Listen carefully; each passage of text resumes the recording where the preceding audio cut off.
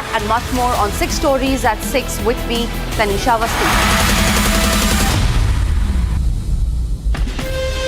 From Asia's largest news headquarters, setting the agenda for Bharat.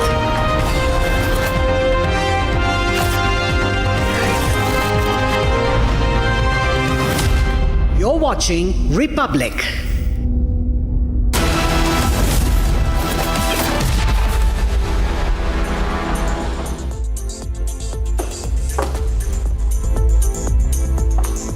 Hello and welcome. You're watching 6 Stories at 6. I am Tanisha Awasthi. It's been an epic Modi-Trump meet which has given several headlines and that remains our top focus. But let's also have a look at the 6 stories that we will get you in this edition of 6 Stories at 6. First up, Trump has cleared Tahawwur Rana's extradition back to India, and this comes as a big win for India's fight against terrorism. With that, the United States has also made it amply clear that it will not interfere in India's backyard, thereby leaving the Bangladesh issue with Prime Minister Narendra Modi. Also, in a big boost to India's defense sector, Trump has offered F-35 fighter jets to India, and we'll tell you why this could be a game changer. Also on the show, Allahbadia, aka Beer Biceps, his Mumbai flat is locked. He hasn't appeared for questioning and everyone is asking, where is Allahbadia? We'll also get you another story from Mumbai where after RBI imposed curbs on new cooperative bank, the fate of the depositors now walk on a tightrope. And finally, keeping nation first as our prime focus, we pay a tribute to the Pulwama martyrs on the 6th anniversary of the Pulwama attack. So these are the 6 stories that we have lined up now, starting up with the first big story of the day. In a big announcement after his bilateral talks with Prime Minister Narendra Modi, United States President Donald Trump has said that United States has agreed to extradite accused Tahawwur Rana to India. The key accused in the 26/11 terror attack is currently at a high security prison in the United States, and India has been seeking his extradition for years. This statement of Donald Trump comes as a big win for India's fight against terrorism. Well, I don't think India had a very good relationship with the Biden administration. They wouldn't sell them oil and gas, which is rather hard to believe because, it's a good thing to do.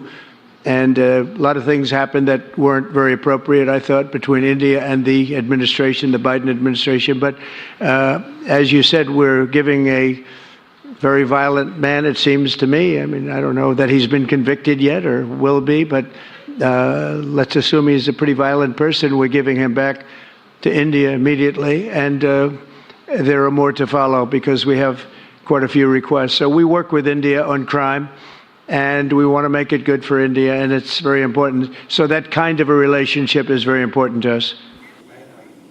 Joining me on the broadcast is Dilip Mehta. He's a 26/11 victim. Dilip ji, it's a big win for India. Tahawwur Rana, the 26/11 co-conspirator, will be extradited back to India.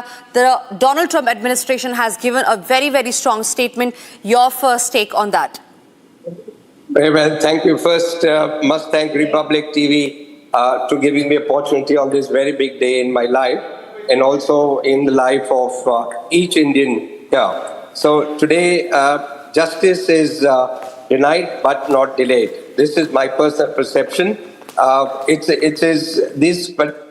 Tahawwur Rana is required to be convicted in India, tried in India by the legal proceedings here, and the capital punishment or the appropriate legal formalities can be accomplished, and there we go.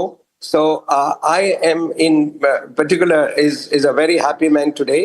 And certainly, India has prevailed. Mr. Modi and Mr. Trump both have given a joint statement that Tahawwur Rana will be brought back to India very soon.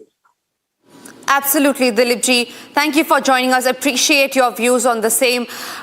Rightly said, justice can be delayed but not denied. Thank you for speaking to Republic TV on that. Moving on, when the question was posed to President Donald Trump on Bangladesh, focusing on deep state's involvement in the regime change operation in Bangladesh, leading to chaos, President Donald Trump said that there was no role for deep state. Thereafter, he said that he leaves Bangladesh to Prime Minister Modi, essentially making it amply clear that Trump will have no interference in India's backyard. And Mr. President, what you would like to say about the Bangladesh issue, because we saw and it is evident that how the deep state of United States was involved in regime change during the Biden administration, and then Muhammad Yunus made Junior Soros also. So what is your point of view about the Bangladesh? Well, there was no role for our deep state. It was. This is something that the Prime Minister has been working on for a long time and has been worked on for hundreds of years, frankly. I've been reading about it. But I will leave Bangladesh to the Prime Minister.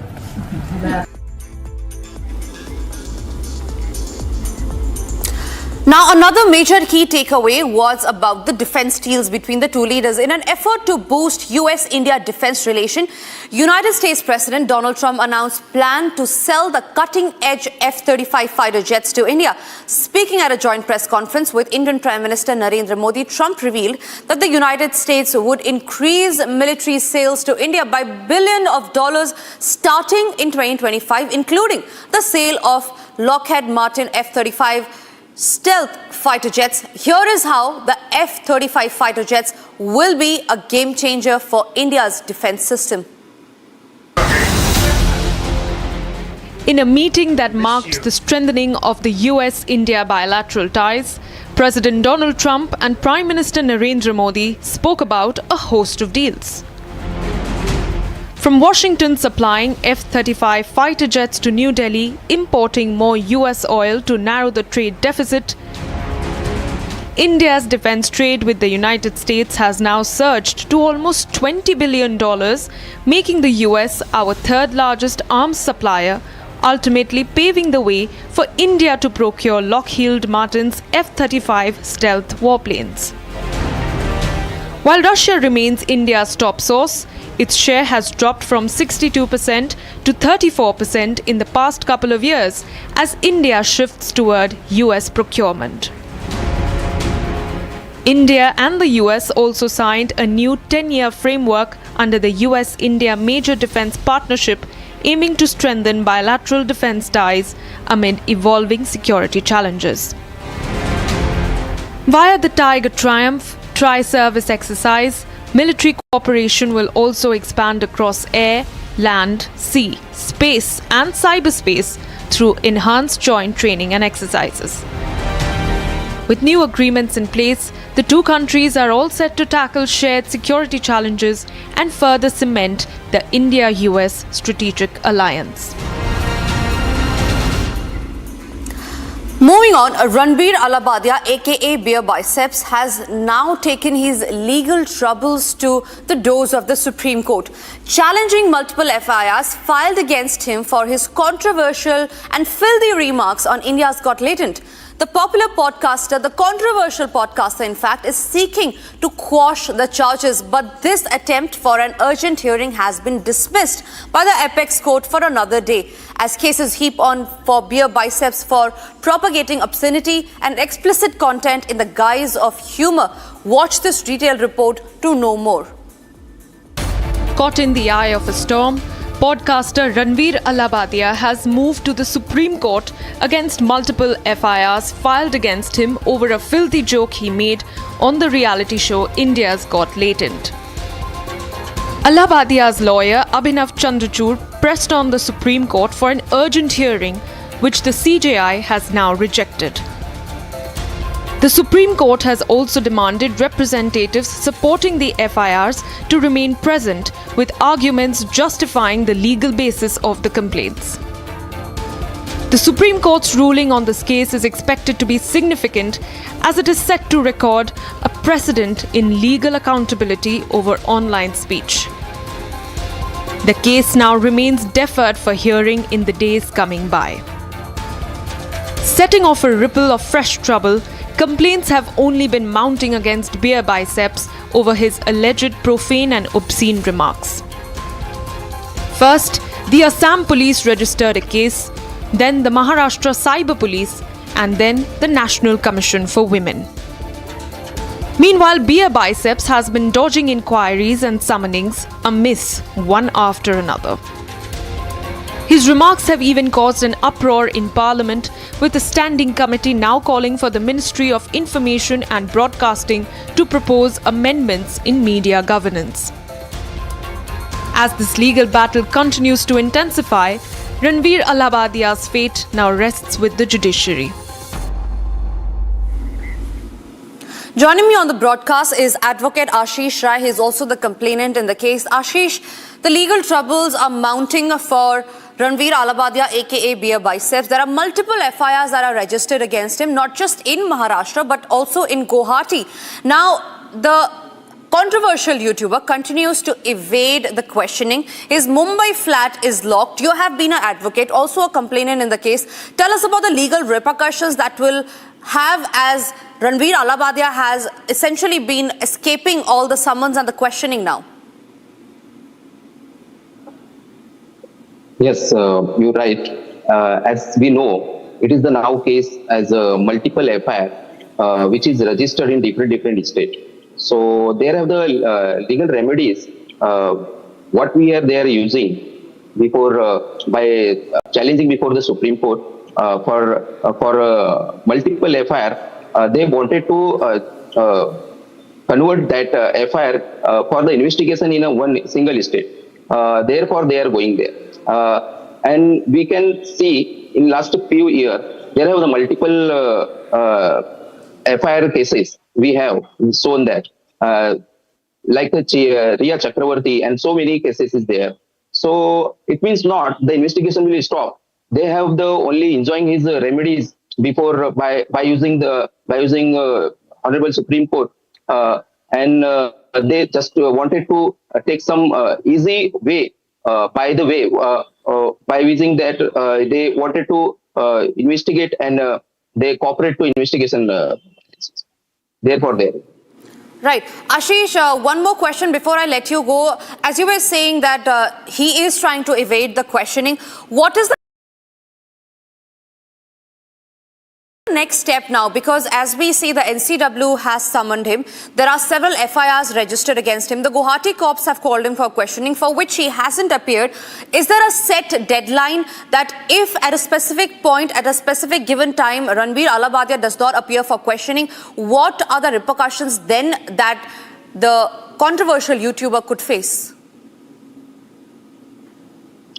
Yes, as we know, it is a very serious case, and now in India, if we see, there have not that much of a specific law which punish such a kind of punishment, such a kind of accused by in a serious offense. So, if we look what the charges they will suffer, so now the investigation will going on, and the investigation authority will find out what kind of they taken their witnesses and like some of other materials.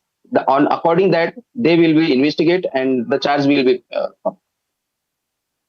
Ashish, thank you for joining us on that issue. Moving on to the other stories that we're tracking now, the Reserve Bank of India announced that it has suspended the board of directors of New India Cooperative Bank for a period of about 12 months.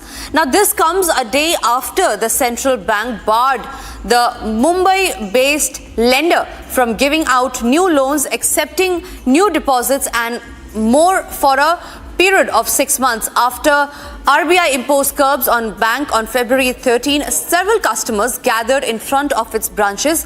Following the order, depositors won't be able to withdraw money from their savings or current account or any other account for a period of 6 months. Here is what the depositors, the customers are telling Republic. बोल रहे हैं पैसा निकलेगा नहीं निकलेगा, saving से नहीं निकलेगा। सेविंग से नहीं निकलेगा। आप लोग मैम कुछ बातचीत हुई अंदर? कुछ नहीं बात हुई है, क्यों नहीं खड़े हैं, हम तो लॉकर के लिए खड़े, लॉकर है हमारा, सब डॉक्यूमेंट्स है अंदर, बहुत कुछ है। देर हो गई आपको यहाँ पर खड़े हुए? आज पौना घंटा तो हो गया। अभी देखिए लाइन क्यों कितनी लंबी है, क्या करें। लाइफ टाइम सेविंग्स होती हैं, कुछ एक्सेस हो पा रहा है, कुछ बता पा रहा है बैंक? नहीं, कुछ भी नहीं। मैं भी अभी थोड़ी देर हुई आए, वहाँ अप्रोच ही नहीं कर पा रहे ना, वहाँ पर जस्ट आके इधर क्यू में खड़ी हो गए। टोकन लेना पहले, फिर अंदर छोड़ेंगे। कैसे पता लगा कि बैंक बंद हो गया? कोई मैसेज आया, किसी ने? मैसेज आया बैंक का भी और बिल्डिंग के ग्रुप से भी आया। आप देखेंगे कि इसी तरीके से लाइन यहाँ पर लगी हुई है। सर सुबह से यहाँ पर है, कुछ सोल्यूशन निकला, कुछ बता रहा है? नहीं, अभी तक तो बैंक ने बताया नहीं कि कब कितना कैश निकाल सकते हैं, उसके बारे में कुछ बता नहीं रहे, और खाली वो टोकन लॉकर के लिए बोला है। कैश का बिल्कुल नो इन्फॉर्मेशन। सब कोई बात कर रहे हैं सर? नथिंग। 5 अकाउंट है, फिक्स डिपॉजिट है, हमें नहीं लगता पूरा पैसा मिलेगा। ये जो लिखा हुआ है 90 डेज, ये सिर्फ अश्योरेंस देने वाली बात है, पब्लिक को शांत करने वाली बात है। कब से बैंकिंग कर रहे हैं आप? 15 साल से मैं बैंक कर रहा हूँ, जब से खोली हुई तब से, पहले दिन से मैं कर रहा हूँ। अभी रिसेंटली मैं आया था 1 वीक बैक, वे लोग मुझे 30 लाख का ये भी दे रहे थे, लोन भी दे रहे थे। मुझे घर के लिए लेना था, तो मुझे कहा कि आप 30 लाख का लोन ले सकते। अमाउंट आपका फंसा होगा? 2.5 लाख 3 लाख कम से कम फंसा हुआ है। मेरे लिए इतना महत्व नहीं होगा, लेकिन बेचारे जो गरीब आदमी है, जिनकी रोजी बहुत, खासकर यहाँ पे जितने अकाउंट्स हैं ना, ये सब कोली वाले जो है ना, फिशरमैन लोग, उनका है। बेचारे बहुत गरीब रह पाते हैं। अब वे लोग क्या करेंगे? ठीक है, हमारा अगर 2.5 लाख फंसा हुआ है, मुझे शायद आज नहीं तो कल थोड़े दिन के बाद 1 लाख मिल जाएगा, वो अलग बात। अब जिनका 1 लाख भी फंसा हुआ है, उनको अगर नहीं मिलेगा, that's a very big problem. The Reserve Bank of India has superseded the board of directors of the New India Cooperative Bank. The fate of the depositors are now walking on a tightrope. Remains to be seen on what action will be taken next. It's time for us to slip into a short break, but don't go anywhere, because after the break we'll get you a salute to the brave hearts of the Pulwama attack heroes on the 6th anniversary.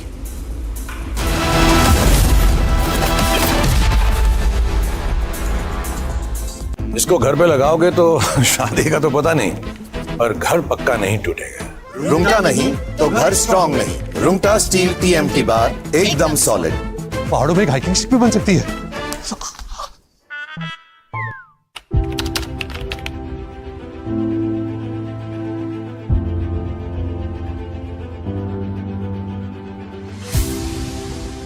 And I would like you to share with us if you think USAID had a role in election interference in the US in 2020 and Indian elections in 2024.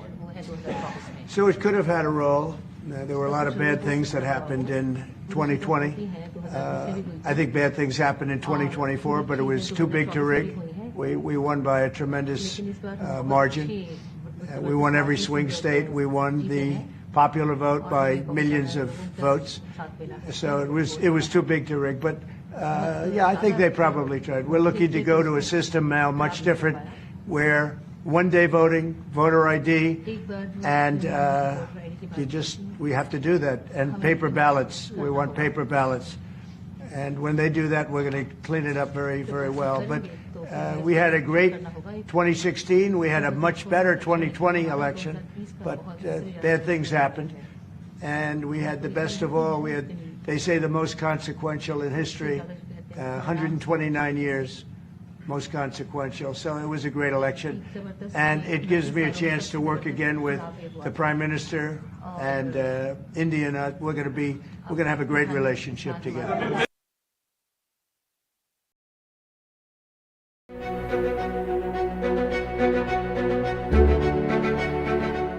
There is truly a special bond between the United States and India, and the world's oldest democracy and the world's largest democracy. And I believe the world's largest country in terms of the numbers of people. America के लोग राष्ट्रपति Trump के मोटो make America great again यानी मागा से परिचित है। विकसित भारत का मतलब मेक इंडिया ग्रेट अगेन यानी मिगा। जब अमेरिका और भारत साथ मिलकर काम करते हैं यानी मागा, मागा प्लस मिगा, तब बन जाता है mega partnership for prosperity. There is truly a special bond between the United States and India, and the world's oldest democracy and the world's largest democracy. And I believe the world's largest country in terms of the numbers of people. And today the Prime Minister and I are announcing a framework to strengthen those ties even further economically. And the U.S.-India Compact for the 21st century is a historic initiative that will deepen every aspect of our partnership and our friendship. Starting this year, we'll be increasing military sales to India by many billions of dollars. We're also paving the way to ultimately provide India with the F-35 stealth fighters. In 2017, my administration revived and reinvigorated the Quad. In addition, the United States and India will be working together like never before to confront the threat of radical Islamic terrorism, a threat all over the world, actually. Today, I'm pleased to announce that my administration has approved the extradition of one of the plotters and one of the very evil people of the world, and having to do with the horrific 2008 Mumbai terrorist attack, to face justice in India. So he's going to be going back to India to face justice, reforming its laws to welcome U.S. nuclear technology, which is at the highest level, into the Indian market. As we deepen our defense partnership, we'll also strengthen our economic ties and bring greater fairness and reciprocity to our trading relationship. As a signal of good faith, Prime Minister Modi recently announced the reductions to India's unfair, very strong tariffs that limit U.S. access into the Indian market very strongly, and really it's a big problem, I must say. India imposes a 30 to 40 to 60 and even 70% tariff on so many of the goods, and in some cases far more than that. And as an example, a 70% tariff on U.S. cars going into India, which makes it pretty much impossible. Today, the U.S. trade deficit with India is almost $100 billion, and Prime Minister Modi and I have agreed that we'll begin negotiations to address the long-running disparity.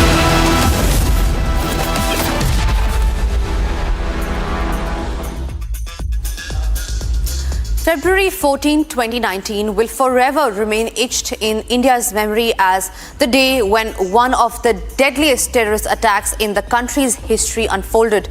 On that fateful afternoon, a convoy of the Central Reserve Police Force was targeted by a suicide bomber in Pulwama, Jammu and Kashmir, resulting in the tragic loss of about 40 brave Jawans.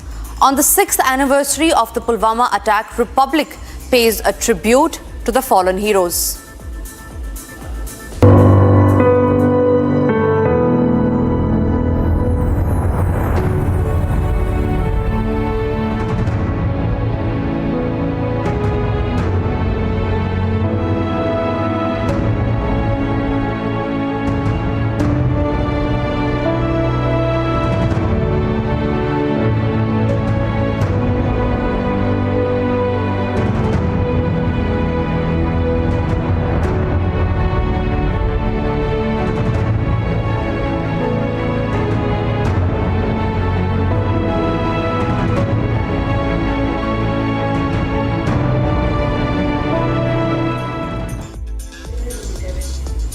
And that's all that we could pack in this edition of 6 Stories at 6. Thank you for watching. Stay tuned as we will be back with more agenda-setting stories tomorrow, same time.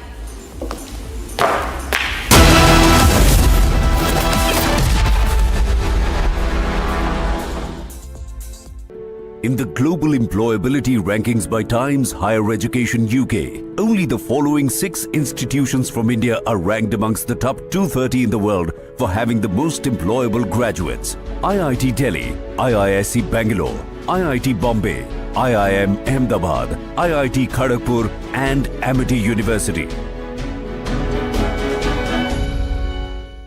Prime Minister, the US is giving a lot of push to curb illegal immigration, and India has been cooperating on this issue. How does India see this issue in the larger context? Thank you. सवाल सिर्फ भारत का नहीं है, वैश्विक रूप से